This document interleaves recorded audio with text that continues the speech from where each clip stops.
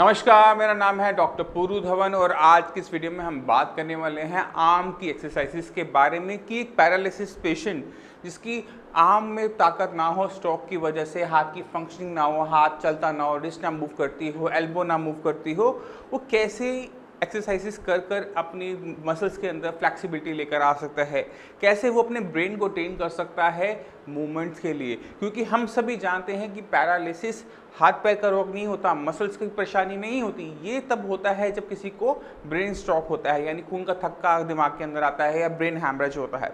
तो जब कभी आपके दिमाग के अंदर ब्रेन हैमरेज हुआ, खून का थक्का आया, तो ब्रेन का एक हिस्सा काम करना बंद कर देता है। जो वो हिस्सा काम करता था आपकी मसल्स को मूव करने का, वो नहीं हो पाता, जिसकी वजह से आपकी आर्म मूव नहीं करती। तो अगर किसी भी पैरालिसिस पेशेंट के अंदर हमें आराम देना होता है, स्ट्रोक के पेशेंट के अंदर आराम देना होता है, तो हमें दो जगह पे साइड बाय साइड काम करना पड़ता है। पहला है तो ब्रेन, क्योंकि ब्रेन में ही सबसे ज़्यादा नुकसान हुआ है, वहीं के सेल्स डैमेज हुए हैं। क्योंकि ब्रेन का वो जो हिस्सा जो कंट्रोल करता था आपकी मसल्स को, वो डेड है, मर चुका है, वो दोबारा से काम नहीं करता। तो हमें ब्रेन की बाकी सेल्स को ट्रेन करना पड़ता है ये हाथ की मूवमेंट लाने में। आप खुद सोच सकते हैं कि जब आपको पैरालिसिस का स्ट्रोक हुआ था तो कंडीशन कुछ थी, मगर 6 महीने के बाद आपकी बॉडी में इंप्रूवमेंट आने लगी। क्यों? वो हिस्सा तो डैमेज हो चुका था, तो इंप्रूवमेंट नहीं आनी चाहिए थी। पर ये इसलिए आती है क्योंकि ब्रेन के जो बाकी सेल्स हैं, जो हेल्दी सेल्स हैं, वो आपके डैमेज पार्ट का काम करना सीख लेते हैं, यानी आपके हाथ पैर की मसल्स को मूव करना सीख लेते हैं। मगर उनको सिखाना पड़ता है, और सिखाते हम कैसे हैं? रिपीटिशन से। एक ही काम को बार बार करने से हमारे ब्रेन के जो नए सेल्स हैं जो कमांड कर रहे हैं अब आपकी मसल्स को, वो और बेटर हो जाते हैं, पहले से बेटर परफॉर्म करना शुरू करते हैं। तो अगर किसी भी पैरालिसिस पेशेंट के अंदर हमें उसे आराम देना है तो हमें दो चीज़ों पर ध्यान रखना है। पहला है ब्रेन, क्योंकि ब्रेन से ही सब कुछ शुरू होगा, ब्रेन से ही कमांड जाएगी, ब्रेन ही मसल्स को मूव करेगा। दूसरा, ब्रेन की ट्रेनिंग, कि ब्रेन को कैसे इस मसल्स को मूव करना है, वो उसे ट्रेन करना। तो दोनों ही चीज़ों पे हम बात करेंगे। तो शुरुआत करते हैं सबसे पहले हम आपकी एक्सरसाइजेज से, कि कौन सी एक्सरसाइजेज कैसी मसल्स को मूव करने पर आपके को सबसे ज़्यादा आराम देती है। तो शुरुआत करेंगे सबसे बेसिक लेवल की एक्सरसाइजेज, वो एक्सरसाइजेज जो करना बहुत आसान है और बहुत बेसिक है, इसमें कोई ज़्यादा प्रेशर नहीं लगता, कोई भी आराम से कर सकता है। जिसके हाथ में बिल्कुल भी मूवमेंट ना हो, पावर ना हो, वो भी इन बेसिक एक्सरसाइज को कर कर अपनी मसल्स को मूव करके ना सिर्फ मसल्स को ठीक रख सकता है, बल्कि मसल्स की मूवमेंट से अपने ब्रेन को ट्रेन भी कर सकता है। तो चलते हैं एक्सरसाइज नंबर 1 पे। इस एक्सरसाइज के लिए आपको चाहिए एक टेबल, क्योंकि टेबल की हेल्प से ही हम अपने रिस्ट को मूव कर पाएंगे। तो आप इसको स्टैंडिंग पोजीशन में भी कर सकते हैं, सिटिंग पोजीशन भी कर सकते हैं। आपने पेशेंट को बोलना है कि अपने हाथ को टेबल पे कुछ इस तरह से रखे। इससे ना सिर्फ आपकी फिंगर्स खुल जाती हैं, बल्कि आपके रिस्ट पर प्रेशर भी पड़ता है, आपकी एल्बो सीधी हो जाती है, आपके शोल्डर को भी थोड़ा बहुत मूवमेंट को सहना पड़ता है। ये जो आप हाथ सीधे करते हैं, उसके बाद आपने अपने बॉडी का वेट अपने रिस्ट पे, अपनी फिंगर्स पर डालना होता है, सो दैट उस पर वो सीधी बनी रहे, वो कंट्रैक्ट ना करे, मसल स्ट्रेच होती रहे, किसी को परेशानी नहीं। इसमें आपने कोई मूवमेंट नहीं करनी, बस आपने यहाँ पर स्टे करना है। यहाँ पर आप 30 सेकेंड स्टे करें। 1 2 3 4 5 6 7 8 9 10। इस तरह से आप 30 सेकेंड्स करेंगे, उसके बाद इसको छोड़ देंगे।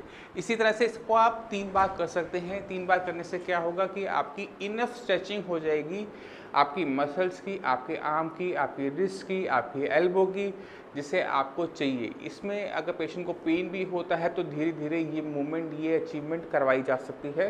तो ये बेसिक लेवल की एक्सरसाइज है जो हर कोई पैरालिसिस का पेशेंट कर सकता है बहुत आराम से। अब चलते हैं एक्सरसाइज नंबर 2 पे। सेकेंड एक्सरसाइज भी फर्स्ट एक्सरसाइज की तरह बहुत आसान है। कुछ नहीं करना, आपने एक टेबल के कोने पे अपने हाथ को रखना है। आपका हाथ अक्सर टाइट रहता है ना, इस तरह से टाइट रहता है। मान लो मेरा पैरालिसिस वाला हाथ है और ये टाइट रहता है, तो आपने क्या करना है, इसे खोलना है और नीचे की तरफ इस तरह से इसको स्ट्रेच आउट करना है।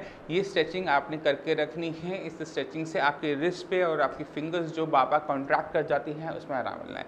आपने बंद करना है, खोलना है, बंद करना है, खोलना है, बंद करना है, खोलना है। बंद आराम से हो जाता है, मुझे पता है। फिंगर्स बंद हो जाती हैं, खुलती नहीं। खोलना आपने इस तरह से अपने दूसरे हाथ से है, बंद आपने अपने आप करना है। फिर इसको खोलना है, नीचे लेके जाना है, फिर खोलना है। इस तरह से एक्सरसाइज करने से आपकी जो स्ट्रेचिंग की रेंज है वो बढ़ जाती है। अगर नॉर्मली हम पेशेंट को बोलते हैं तो वो नहीं कर पाता, उसे सपोर्ट नहीं मिल पाता, मगर टेबल के कोने पे करने से आपको वो सपोर्ट मिल जाता है जो आपको चाहिए। और अगर आपको टेबल का ये कोना चुभ रहा हो तो यहाँ पर आप टॉवल रख सकते हैं। टॉवल रखकर आराम से उस पर अपना हाथ रखिए, सॉफ्ट एक सरफेस हो जाती है। उसके बाद ये एक्सरसाइज पेशेंट को खुद करने के लिए कहिए, क्योंकि मुझे पता है कि जब दूसरा कोई हाथ लगाता है पेशेंट को तो पेशेंट को दर्द हो सकता है। तो आपने क्या करना है, आपने पेशेंट को बोलना है कि आप खुद करें।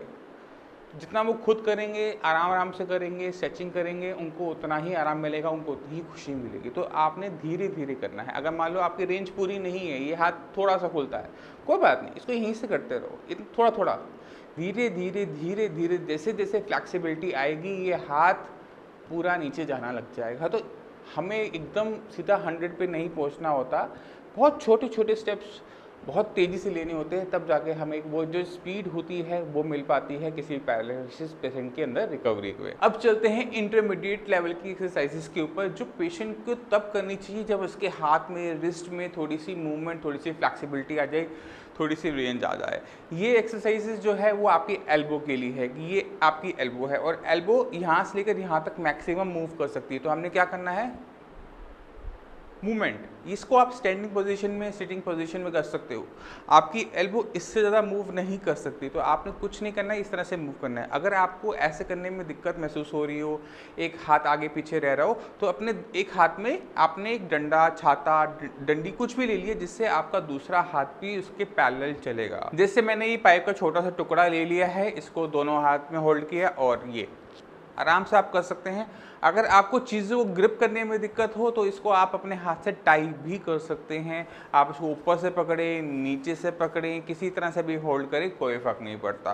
तो ये तब हो पाता है जब आपकी फिंगर में इतनी पावर हो कि वो चीज़ों को ग्रिप कर सके। अगर नहीं हो पा रहा, आप टाई कर सकते हैं, अपने हाथ के हाथ बांध लिया आपने, एक हाथ को बांध लिया, दूसरे हाथ से आपने एक्सरसाइज करवा ली। तो ये एक सिंपल एक्सरसाइज है, आप करवा सकते हैं। इससे एल्बो की मूवमेंट, एल्बो की रेंज है वो आ जाती है। अब चलते हैं अपनी नेक्स्ट एक्सरसाइज के ऊपर। नेक्स्ट एक्सरसाइज है एल्बो स्ट्रेच। अब एल्बो स्ट्रेच जैसी एक्सरसाइज मैं आपको पुरानी वीडियोस में भी बता चुका हूँ। इसमें आपने अपने हाथ को इस तरह से एक्सटेंड करना होता है। आज मैं टॉवल का यूज़ नहीं कर रहा, नॉर्मली हम टॉवल का यूज़ करते हैं। तो आप टॉवल यहाँ रख के, टेबल पर रख कर उसको इस तरह से स्ट्रेच करेंगे तो आपका ना सिर्फ शोल्डर होता है बल्कि आपकी एल्बो भी काफ़ी हद तक एक्सटेंड होती है। और ये एक्सटेंशन पेशेंट को हेल्प करता है एल्बो की रेंज लाने में। अगर आपका हाथ थोड़ा टाइट हो रहा है तो भी आप इसको टॉवल के हैंड से, टॉवल की सपोर्ट से क्या होगा कि दोनों हाथ आगे मूव करेंगे। तो इससे स्ट्रेचिंग करने से आपका जो एल्बो है वो फुल स्ट्रेच होनी शुरू होती है, पूरी खुलना शुरू होती है। तो ये सिंपल सी एक्सरसाइज करनी है आपने, सिंपल सी, जैसे कपड़े लगाते हैं, टेबल को साफ करते हैं, वैसा काम करना है। आप इस एक्सरसाइज को 10-10 के 3 सेटों में कर सकते हो कि आपने 10 बार एक बार किया, उसके बाद स्टॉप किया, फिर 10 बार किया, फिर स्टॉप किया। इस तरह से 10-10 के 3 सेट कर 30 टाइम्स कर रिपीटिशन कर आप इस एक्सरसाइज को बहुत आराम से अपनी एल्बो को स्ट्रेच कर सकते हैं। कोई चीज़ की ज़रूरत नहीं है, सिर्फ आपको टाइम की ज़रूरत है। और शायद पैरालिसिस के पेशेंट के पास टाइम बहुत सारा होता है। अब मैं जो एक्सरसाइज आपको बताने वाला हूँ वो है आपके रिस्ट के लिए। जब आपकी रिस्ट में थोड़ी सी मूवमेंट आनी शुरू हो जाए मगर वो सही तरीके से स्ट्रेच ना हो पा रही हो, उसमें दम ना लग पा रहा हो, उसमें पावर नहीं आ पा रही हो, आप उससे होल्ड ना कर पा रहे हो, तो ये जो एक्सरसाइज हैं काफ़ी हेल्पफुल रह सकती हैं ऐसे पैरालिसिस पेशेंट के लिए। तो आपने क्या करना है, रिस्ट अपने हाथ आगे करने हैं और ये मूवमेंट बहुत सिंपल है। इसको भी आप 30 टाइम्स कीजिए, 30 टाइम इसकी रिपीटिशन कीजिए और आप देखेंगे कि आपकी जो रिस्ट है वो फ्लेक्सिबल होती जा रही है। इसको आप दूसरे हाथ से असिस्टेड भी कर सकते हैं। ज़रूरी नहीं है कि जो मैं कर रहा हूँ वो आपके लिए पॉसिबल हो। अगर नहीं हो पा रहा तो आप दूसरे हाथ से इसकी वो रिपीटिशन करवा सकते हैं। अगर आपकी फिंगर्स जो हैं वो टाइट हुए हैं, मुट्ठी खुलती नहीं है, तो भी आप इसको खुलवा कर इस तरह से आप इसको करवाइए। जितना आप करवाएंगे उतना अच्छा है, क्योंकि अक्सर हम कह देते हैं कि रिस्ट बहुत टाइट रहती है और रिस्ट को खुलने में टाइम लगता है। फिंगर्स खुल जाती हैं मगर फिर भी कहीं ना कहीं आपकी जो रिस्ट है बहुत स्टिफ सी बनी रहती है। तो ये जो एक्सरसाइजेज आपको बता रहा हूँ ये आपको पेनफुल हो सकती है, थोड़ा आपको उसमें दर्द हो सकता है, मगर धीरे धीरे करते करते ये आराम मिलना शुरू होगा। जिन पेशेंट को दर्द होता है, जिन पेशेंट को यहाँ मसल्स में टाइटनेस महसूस होती है, तो जो साई संजीवनी से ऑयल आता है न्यूरो एम कर उसकी एप्लीकेशन करने से यहाँ की जो मसल्स हैं वो फ्लेक्सिबल हो जाती हैं। जो न्यूरो एम है उसका जो यूज़ है वो सिर्फ मसल्स लेवल पर होता है, वो आपके ब्रेन में जाके कुछ नहीं करता, ब्रेन में जाके वो कोई चेंजेस नहीं लेकर नहीं आ सकता, क्योंकि आप उसको लगा रिस्क कर रहे हो ना। तो यहाँ की जो मसल्स हैं वो सॉफ्ट हो जाएंगी। इससे ज़्यादा न्यूरो एम का कोई रोल नहीं होता।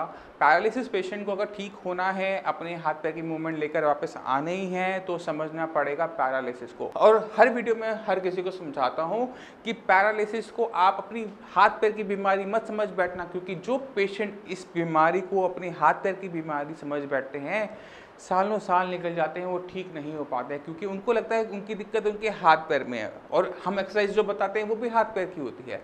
तो ये गलत फहमी पेशेंट को हो जाती है कि मेरे हाथ पैर हिलाने से मेरे दिमाग के अंदर जो नुकसान है वो ठीक हो जाएगा। और अगर पेशेंट को लगता है कि मेरे हाथ पैर हिलाने से, फिजियोथेरेपी कर लेने से मेरे दिमाग के अंदर जो नुकसान है वो बढ़ जाएगा, उसे कोई डॉक्टर ठीक नहीं कर सकता। अगर एक पैरालिसिस पेशेंट को, ब्रेन स्ट्रोक के पेशेंट को हम ठीक करना चाहते हैं, तो हमें उस बीमारी की जड़ में जाना पड़ता है। और एक पैरालिसिस, ब्रेन स्ट्रोक की बीमारी का जड़ हाथ पैर नहीं होता, आपका दिमाग होता है, जहाँ पर आपका MRI स्कैन करवाया गया था, CT स्कैन करवाया गया था। क्यों करवाया गया था?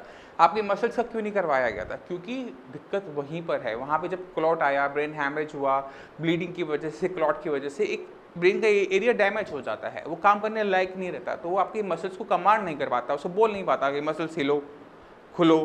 तो ये चीज़ ब्रेन नहीं कर पा रहा होता। तो अक्सर हम क्या करते हैं, इसको हिला के सोचते हैं कि ब्रेन ठीक हो रहा है, बट ऐसा बिल्कुल भी नहीं होता। मगर अगर हम ब्रेन से स्टार्ट करते हैं, ब्रेन की फंक्शनिंग पे ध्यान देना शुरू करते हैं, तो आपके हाथ पैर की फंक्शनिंग आनी शुरू हो जाती है। मगर अब आपके माइंड में सवाल आ रहा होगा कि हमें हाथ पैर को अब फिजियोथेरेपी की क्या ज़रूरत है, जो एक्सरसाइज बता रहा हूँ उनकी क्या ज़रूरत।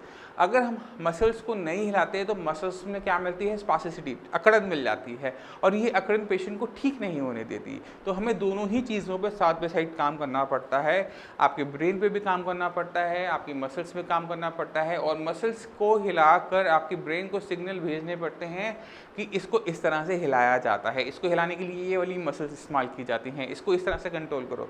तो ये तब होता है जब हम अपने ब्रेन की ट्रेनिंग करते हैं, ब्रेन को ट्रेन करते हैं, और ये training exercise, physiotherapy, occupational therapy से ही वापस आती है। तो एक कंबाइंड हमें सब कुछ चाहिए होता है जहाँ पे पेशेंट को आराम मिल सके। अब चलते हैं एडवांस लेवल की एक्सरसाइजेज के ऊपर, जो पेशेंट को और आराम दे सकती है, हेल्पफुल रह सकती है अपने लेवल को सुधारने में। इसके लिए आपको कुछ नहीं करना, एक्सरसाइज बहुत सिंपल सी है। आपको चाहिए हाफ kg की 2 वेट, जो डंबल्स आते हैं छोटे छोटे, आपने वो 2 परचेज करने हैं। मेरे पास इस समय डंबल्स तो नहीं है, बट मैं आपको बॉटल की हेल्प से आपको करके बताता हूँ। जैसे ये पानी की बोतल है, तो आपने ऐसे 2 पानी की बोतल लेनी है, समझ लीजिए 2 पानी की बोतल आपने लेनी है, और आपने करना है ये। अगर आपके पास डंबल ना हो तो आप पानी की बोतल से भी एक्सरसाइज कर सकते हो। तो बस मैंने यहाँ कांच की ले रखी, तो आपने कांच की नहीं लेनी, आपने प्लास्टिक की ही बोतल लेनी, क्योंकि गिर जाए तो नुकसान ना हो। और आपने ये सिंपल एक्सरसाइज है, आप वो सिटिंग पोजीशन में करें, स्टैंडिंग पोजीशन में करें, कोई फ़र्क नहीं पड़ता। आपकी एल्बो की मूवमेंट है वेट के साथ, इस चीज़ का ध्यान रखना है। करना है 30 टाइम्स, जितना आपसे हो सके कीजिए। जब आपको लगे कि आपका पेन हो रहा है, आप इसे छोड़ सकते हैं। और जो स्टिक के साथ हमने बताया था, आप स्टिक के साथ भी कर सकते हैं। कोई भी हैवी रोड आप इसमें इस्तेमाल कर सकते हैं। मान लो आपके पास कोई रोड है, लोहे की रोड है, उसको भी आप इस तरह से यूज़ कर सकते हैं। बस ध्यान क्या देना है कि पैर पे ना गिराना। नेक्स्ट एक्सरसाइज भी बहुत सिंपल से ही है, इसे हम कहते हैं फिंगर वॉक। इसमें हमने क्या करना होता है, अपनी फिंगर्स लेनी है और धीरे धीरे इसको आप दीवार के साथ, दरवाजे के साथ, किसी भी साथ से करें, और धीरे धीरे ऊपर जाना है, और धीरे धीरे अपनी फिंगर वॉक करते हुए नीचे की तरफ आना है। इससे करने से क्या होगा कि आपके आर्म में जो कंट्रोल चाहिए होता है चीज़ों को उठा के सही जगह रखने का, वो आना शुरू होता है। तो आपने क्या करना है, फिंगर वॉक करनी है। अगर आप फिंगर वॉक नहीं भी कर पा रहे हो, तो भी आप अपना एक हाथ को धीरे धीरे अपने दूसरे हाथ के साथ साथ ऊपर चलाने की कोशिश कीजिए। इससे क्या होगा कि आपकी ये पूरी आर्म स्ट्रेच होती है, आपका शोल्डर स्ट्रेच होता है, आपका एल्बो स्ट्रेच होता है, और आपकी रिस्ट स्ट्रेच होती है। अगर रिस्ट स्ट्रेच ना हो रही हो तो आप इस दीवार की तरफ दबा दीजिए, इससे क्या होगा, स्ट्रेचिंग हो गई। उसके बाद अगर कुछ नहीं हो पा रहा, फिंगर वॉक नहीं हो पा रही, फिर भी आप चाहते हैं कि आपको फिंगर वॉक का आराम मिले, तो आप क्या कर सकते हैं, अपनी बॉडी को दीवार की तरफ पुश करेंगे और हाथ आपके ऊपर जाने शुरू करेंगे। ये भी स्ट्रेचिंग आप अपनी कर सकते हैं आराम से, इजीली, आपको किसी टाइप की परेशानी नहीं होगी। अब सवाल उठता है कि इसे आप कितनी बार कर सकते हो। इसको तब तक आप करो जब तक आपको थोड़ा अपनी आर्म के अंदर थोड़ा भारीपन महसूस ना होना शुरू हो सकता है आज आपको ये थोड़ा जल्दी महसूस हो जाए, मगर कल आपको थोड़ा सा लेट महसूस होगा, क्योंकि आपकी मसल्स स्ट्रेन हो चुकी होंगी। धीरे धीरे टाइम बढ़ता चला जाता है, तो आपको अपनी बॉडी को समझना पड़ता है कि कब आपको रुकना है, कब आपको करना है। जब कभी आपको पेन महसूस हो, भारीपन महसूस हो, आपको वहाँ पर रुक जाना चाहिए। अगर आप बॉडी को ज़्यादा पुश करोगे तो बॉडी नेक्स्ट डे के लिए रेडी नहीं हो पाती। तो हमें अपनी बॉडी की ताकत की हाफ यूज़ करना होता है, हाफ से थोड़ा सा ज़्यादा यूज़ करना होता है। तो अपनी एनर्जी लेवल्स को हाई बना के रखो, हाई प्रोटीन डाइट लो, साई संजीवनी जो मेडिसिन देता है उसका यूज़ करो, मसल्स में पेन है तो न्यूरोम यूज़ करो। पैरालिसिस, ब्रेन शॉक से रिलेटेड कोई भी दिक्कत आप महसूस कर रहे हैं जिसको आप चाहते हैं कि सॉल्व हो जाए, तो नीचे दिए हुए नंबर पर कॉल करके साई संजीवनी के डॉक्टर से आप फ्री ऑफ कॉस्ट कंसल्टेशन ले सकते हैं। आप अपॉइंटमेंट लेके मुझसे भी आकर मिल सकते हैं। कोई भी एक्सरसाइज आपको कितनी करनी है, कब तक करनी है, ये आपकी बॉडी बताती है। हर किसी का जो स्टेमिना होता है वो अलग अलग होता है, हर किसी की जो कंडीशन होती है अलग अलग होती है। किसी को पेन हो रहा होता है, किसी को पेन नहीं हो रहा होता। तो बेसिकली आपको अपनी बॉडी को समझना पड़ता है कि आपकी बॉडी आपसे क्या चाह रही है, कि आप उसे कर सकते हैं या नहीं कर सकते। आपको हमेशा ये चीज़ का ध्यान रखना है कि आपने अपनी बॉडी की क्षमता के हिसाब से हाफ एक्सरसाइजेस करनी है, क्योंकि अगर आप ज़्यादा एक्सरसाइज करेंगे तो आप नेक्स्ट डे के लिए आप प्रिपेयर नहीं हो पाएंगे। अगर आपको अपनी बॉडी के अंदर स्टेमिना की कमी लगती है, अगर आपको बॉडी में पेन महसूस होता है, मसल से पेन महसूस करता है, तो नीचे दिए हुए नंबर पर कॉल करके साई संजीवनी के डॉक्टर से आप बात कर सकते हैं। उनसे पूछ सकते हैं कि पैरालिसिस का पेशेंट कैसे ठीक होता है, कैसे एक्सरसाइजेस, कौन सी एक्सरसाइजेस और कैसे मेडिसिन पेशेंट के अंदर चेंजेस लेकर आती है। इसके साथ साथ जो आपको डाइट की रिस्ट्रिक्शन बताएं कि आपने खट्टा नहीं खाना, ये नहीं खाना, उस चीज़ को बहुत स्ट्रिक्टली फॉलो कीजिए। फिर भी कोई भी डाउट है, कुछ भी पूछना चाहते हैं, आप अपॉइंटमेंट लेकर मुझसे भी आकर मिल सकते हैं। आप हमारी साइट saisanjeevani.com पर जाकर भी पैरालिसिस से रिलेटेड बाकी सारी वीडियोस को देख सकते हैं। मैं उम्मीद करता हूँ इस वीडियो से आप काफ़ी कुछ समझ गए होंगे पैरालिसिस के बारे में, कि पैरालिसिस आपके मसल्स का रोग नहीं है, आपकी आर्म का, लेग का रोग नहीं है, ये आपकी ब्रेन का रोग है। ब्रेन में दिक्कत हुई है और उसको ठीक होने की शुरुआत भी ब्रेन से ही स्टार्ट होती है। फिर भी कोई भी डाउट हो, कुछ भी पूछना चाहते हो, तो नीचे कमेंट सेक्शन में कमेंट करके आप हमारी टीम से पूछ भी सकते हैं। आप इसी के साथ मुझे चैनल की आगे दीजिए। मिलते हैं अगली वीडियो में, तब तक के लिए धन्यवाद।